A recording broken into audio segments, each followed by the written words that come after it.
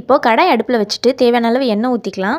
இதில் பொடியாக கட் பண்ணி வச்சுருக்க வெங்காயத்தை போட்டு நல்லா வணக்கிட்டு அது கூடவே கொஞ்சமாக இஞ்சி பூண்டு பேஸ்ட்டையும் போட்டு நல்லா வணக்கிக்கலாம். பொடியாக கட் பண்ணி வச்சுருக்க ஒரு பெரிய சைஸ் தக்காளி அதையும் போட்டு நல்லா வணக்கிட்டு இப்போது கொஞ்சமாக மஞ்சத்தூள் போட்டு நல்லா வணக்கிக்கலாம். இதெல்லாம் நல்லா வணங்கினதுக்கப்புறமா இப்போ மசாலா ஆட் பண்ணிக்கலாம். 1 ஸ்பூன் மிளகாத்தூள், 1 ஸ்பூன் மல்லித்தூள், ஸ்பூன் கரம் மசாலா தூள், தேவையான அளவு உப்பு போட்டுட்டு எல்லாத்தையும் நல்லா வணக்கிக்கலாம். கொஞ்சமாக தண்ணி ஊற்றிட்டு லைட்டாக கொதிக்க விட்டுறலாம். இந்த மாதிரி வந்தோடனே அடுப்பு ஆஃப் பண்ணிடலாம்.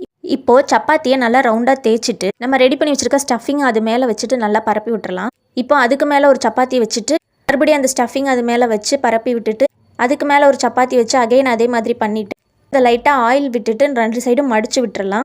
இதை இட்லி பாத்திரத்தில் வச்சு ஒரு 10 நிமிஷம் வேக வச்சு எடுத்துக்கலாம். இப்போ ஒரு பேனில் தேவையான அளவு எண்ணெய் ஊற்றிட்டு 2 பச்சை மிளகா, கொஞ்சமாக கடுகு நீங்கள் நல்லா ஃப்ரை பண்ணிட்டு ரெடி பண்ணி வச்சிருக்க சப்பாத்தி ரோலையும் அது கூட போட்டு நல்லா கோல்டன் ப்ரௌன் ஆகிற மாதிரி ஃப்ரை பண்ணி எடுத்துக்கோங்க. அவ்வளோதாங்க, ரொம்ப சிம்பிளான ஸ்டஃபிங் சப்பாத்தி ரோல் ரெடி. உங்களும் ட்ரை பண்ணி பாருங்கள்.